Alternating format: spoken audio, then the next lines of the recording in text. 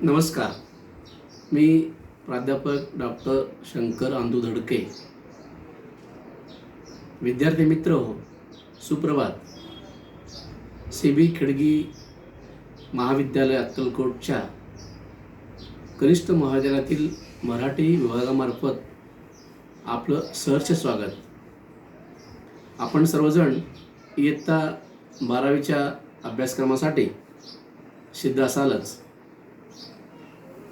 मी आपणासमोर 12वीच्या इयत्तेमधील संत वाङ्मयातील एक पद्यपाठ, त्या पद्यपाठाचं नाव आहे विंचू चावला. हा संत एकनाथांचा भारुड आहे. या भारुडावर मी आपणासमोर विवेचन करत आहे. विंचू चावला हा संत एकनाथांचा भारुड आहे. संत कृपा झाली, इमारत फळा आली, नामातयाचे किंकर झाला असे विस्तार. जनार्दनी एकनाथ खांब दिला असे भागवत. तुका झालासे कळस, भजन करा सावकाश. बेहणा फडकती ध्वजा, निरूपण आले ओजा. या संत कवी जगद्गुरू तुकोबारायांची शिष्य असलेली बहिणाबाईने रचलेल्या अभंगातून वारकरी भागवत संप्रदायाच्या कार्याचा आलेख रेखाटलेला आहे. एकनाथाने मोडकळीस आलेल्या भागवत वारकरी पंथाला सावरण्यासाठी आधार देण्याचे, खांब होण्याचे कार्य केलेले आहे. यांचा जन्म इसवी सन 1533 साली वडील सूर्यनारायण व माता रुक्मिणी यांच्या उदरी पैठण येथे झाला. संत भानुदास हे एकनाथांचे पणजोबा होते. दत्तोपासक असलेल्या देवगिरी येथील सद्गुरू जनार्दन स्वामी यांना एकनाथाने गुरु मानले. संत परंपरेतील संतश्रेष्ठ ज्ञानेश्वर भक्त शिरोमणी नामदेव यांच्या नंतरचा नाथांचा अवतार कार्य आहे. म्हणजेच यादव काळानंतरच्या मोगल काळातील समाज जीवन नाथांनी अनुभवलेला आहे. या काळात समाजात अज्ञान खूप होता, त्याचबरोबर अंधश्रद्धा देखील होती. कर्मकांड बोकाळलेला होता. सेंदरी दैवतांची भक्ती केली जात होती. परभाषेचा अतिरेक होत होता. तेव्हा नाथांनी लोकाभिमुखी होऊन अढाणी अज्ञानी जनतेला परमार्थाचा मार्ग सांगण्याकरिता चतुर्श्लोकी भागवत, भावार्थ रामायण, रुक्मिणी स्वयंवर, हरिपाठ, भारुड इत्यादी ग्रंथांची रचना केली. आणि महत्त्वाचे म्हणजे परभाषेच्या म्हणजेच पारसी, उर्दू, हिंदी या परभाषेच्या वाढत्या अतिरेकाच्या काळात मराठी भाषा जपण्याचे कार्य ज्ञानेश्वरीच्या शुद्धीकरणाचे काम करून केले आहे. असा लोकजिव्हाळा असलेल्या संतांच्या लेखणीतील भारुड या काव्य प्रकाराचा वेचा 12वीच्या पाठ्यपुस्तकात घेतलेला आहे. तो म्हणजे विंचू चावला हा भारुड होय. भारुड हे काव्यप्रकार असून ते रूपक आहे. एखादी गोष्ट समजावून सांगण्याकरिता सांगितलेली दुसरी गोष्ट म्हणजे रूपक होय. बहुरूढ या शब्दापासून अपभ्रंश होऊन भारुड हा शब्द निर्माण झालेला आहे. भारुड या काव्यप्रकाराच्या रचनेचा प्रारंभ ज्ञानेश्वर काळात ज्ञानेश्वरांनी केला असला तरीही खऱ्या अर्थाने या काव्यप्रकारास लोकप्रियता एकनाथांनी मिळवून दिली आहे. म्हणूनच आज वारकरी भजनांपासून शाळकरी मुलांच्या स्नेहसंमेलनांमध्ये नाट्यमय पद्धतीने सादर होणारा भारुडाचा कलाविष्कार जनसामान्यांच्या मनात घर करून आहे. पारमार्थिक, आध्यात्मिक नीतीची शिकवण देण्याकरिता नाथांनी जोहार, रोडगा, विंचू, एडका, दादला नको अशा अनेक रूपकांची योजना करून भारुडे रचली आहे. प्रस्तुत विंचू चावला या भारुडात एकनाथांनी काम, क्रोधादी षड्रिपूंची बाधा झालेल्या व्यक्तीचे वागणे समाज मन गढूळ करणारे ठरते, हे विंचवाच्या रूपकातून सांगितलेले आहे. काम क्रोधाची बाधा झाली की माणूस विंचू चावल्याप्रमाणे बेताल वागू लागतो. विंचवाच्या दंशावर औषधे आहेत, तसे काम क्रोधादी षड्रूपूंच्या विकाराला देखील औषधे आहेत.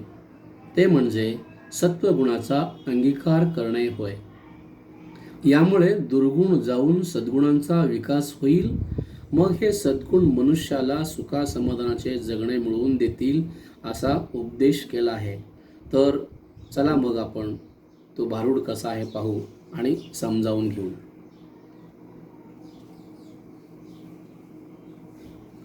विंचू चावला, वृश्चिक चावला, काम क्रोध विंचू चावला. तम घाम अंगासी आला, पंचप्राण व्याकुळ झाला. त्याने माझा प्राण चालिला, सर्वांगाचा दाह झाला. मनुष्य इंगळी अति दारुण, मज नांगा मारिला तिने. सर्वांगी वेदना जाण त्या इंगळीची. ह्या विंचवाला उतारा, तमोगुण मागे सारा. सत्वगुण लावा अंगारा, विंचू इंगळी उतरे झरझरा. सत्व उतारा देऊन अवघा सारीला तमोगुण. किंचित राहिली पुणपुण, शांत केली जनार्दने.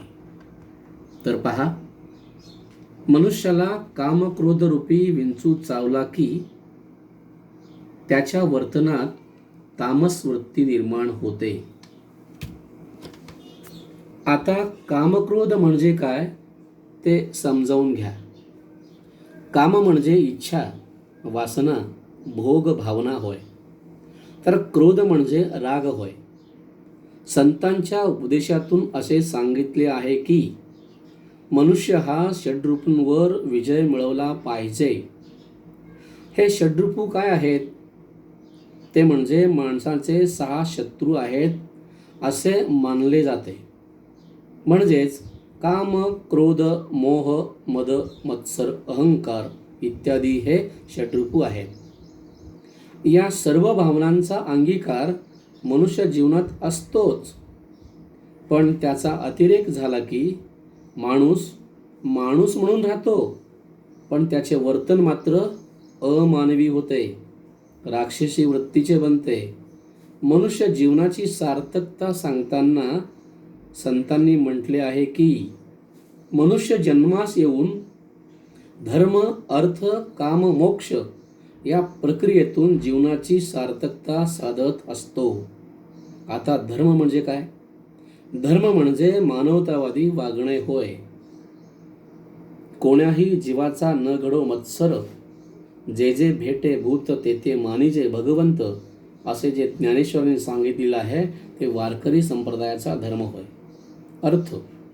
अर्थ म्हणजे मनुष्याच्या मूलभूत गरजा भागविण्यासाठी कर्तव्य कर्म करीत राहून अर्थार्जन करणे आणि स्वतःच्या कुटुंबाचे पालनपोषण करणे होय. काम म्हणजे वंशवृद्धीसाठी संसारी जीवन जगून जगरहाटीला हातभार लावणे. आणि मोक्ष म्हणजे मुक्ती, म्हणजेच जन्म मरणाच्या फेऱ्यातून सुटका करून घेणे. 84 लक्ष जीवराशीतून जन्म मरणाचा फेरा अव्याहतपणे फिरून मनुष्य जन्म लाभलेला असतो. तो सार्थकी लागायचा असेल तर सद्गुणी वर्तन असले पाहिजे. चांगल्या वर्तनाने मनुष्याला सलोकता, समीपता, स्वरूपता, सायुज्य अशापैकी कोणती तरी मुक्तीही मिळत असतेच. आता दुसरा कडवा पाहू. पंचप्राण व्याकुळ झाला, त्याने माझा प्राण चालिला, सर्वांगाचा दाह झाला. पहा, विंचवाच्या दंशामुळे मनुष्याचा पंचप्राण व्याकुळ होतो. पंचप्राण म्हणजे मनुष्य देह हा पंचमहाभूताच्या तत्वांनी निर्माण झालेला असतो. त्यात जलतत्व, पृथ्वीतत्व, आपतत्व, वायुतत्व, तेजतत्व अशी तत्वे असतात. ही सर्व वेदनांनी व्याकुळ होतात व प्राण जातो की काय अशी अवस्था निर्माण होते. पुढचा कडवा पहा. मनुष्य इंगळी अति दारुण, मज नांगा मारिला तिने, सर्वांगी वेदना जाण त्या इंगळीची. येथे नाथांनी विंचू आणि मनुष्य यांची तुलना केलेली आहे. मनुष्य हा विंचवापेक्षा भयंकर आहे. विंचवाच्या दंशाने एक व्यक्ती त्रस्त होते, पण मनुष्याच्या कामक्रोधादी गुणांच्या अतिरेकाने संपूर्ण समाज जीवन त्रस्त होतो. कुटुंब व्यवस्था, समाज व्यवस्था बिघडते, सामाजिक स्वास्थ्य खराब होतो.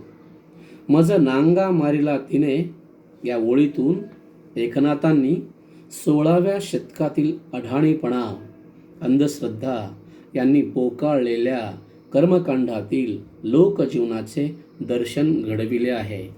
समाज जीवन अधोरेखित केलेले आहे. संतांच्या जीवित कार्याला येथूनच सुरुवात होते. अशा समाजातील एक घटक म्हणून जगताना एकनाथांना अनंत यातना होतात. म्हणून मनुष्य हा मनुष्यवृत्तीने वागला पाहिजे, त्याच्यातील विवेक जागला पाहिजे म्हणून उपदेश करू लागतात. पुढचा कडवा पहा. या विंचवाला उतारा, तमोगुण मागे सारा, सत्वगुण लावा अंगारा, विंचू इंगळी उतरे झरझरा. सामाजिक अभिसरण चांगले व्हावे, मनुष्य जीवन सुखाचे व्हावे असे वाटत असेल तर प्रत्येक व्यक्तींनी तमोगुण मागे सारले पाहिजे. तमोगुण म्हणजे त्रिगुणातील एक गुण आहे. सत्व, रज, तम अशी त्रिगुण संतांनी सांगितलेली आहेत. राजस गुणाचा जगनियंता देव, सात्विक गुणाचा मनुष्य आणि तामस गुणाचा राक्षस असा वर्गीकरण केलेला आहे. मनुष्य हा सात्विक गुणाचा असला पाहिजे. तो जर सद्गुणी असेल तर सात्विक गुणाचा वाटतो, त्याच्यात दुर्गुण असतील तर तो तामस गुणाचा वाढतो. त्याची वृत्ती मनुष्याची राहत नाही तर तो राक्षसी वृत्तीचा बनतो. म्हणून तमोगुण सोडून देण्यास सांगतात आणि सेंदरी दैवतांच्या काळातील अंगारा हा शब्दप्रयोग वापरून सत्वगुणाचा अंगीकार करण्यास उपदेश केलेला आहे. शेवटचा कडवा पहा. सत्व उतारा देऊन अवघा सारीला तमोगुण, किंचित राहिली पुणपुण, शांत केली जनार्दने. याचा अर्थ मनुष्य हा अविवेकी, व्यभिचारी, दुर्गुणी असा बनला की त्या व्यक्तीच्या ठिकाणची सात्विक गुण दिसून येत नाहीत. व्यक्तीला सात्विक गुणाची मात्रा, औषधी मात्रा देणारी, तामस प्रवृत्तीपासून निवृत्त करण्यास लावणारी व्यक्ती म्हणजे संत पद होय, संत होत. विंचू दंशाच्या जखमेतील आग चुरचूर शांत करण्याचे सामर्थ्य कोठे आहे तर अज्ञानाला पळवून सज्ञानी बनवणाऱ्या गुरूंच्या ठिकाणी आहे असे सांगून गुरु जनार्दन स्वामी यांचा उल्लेख नाथांनी विनम्रपणे येथे केलेला आहे. विद्यार्थी मित्रहो, या पद्यपाठावरील कृती पुढील प्रमाणे राहतील.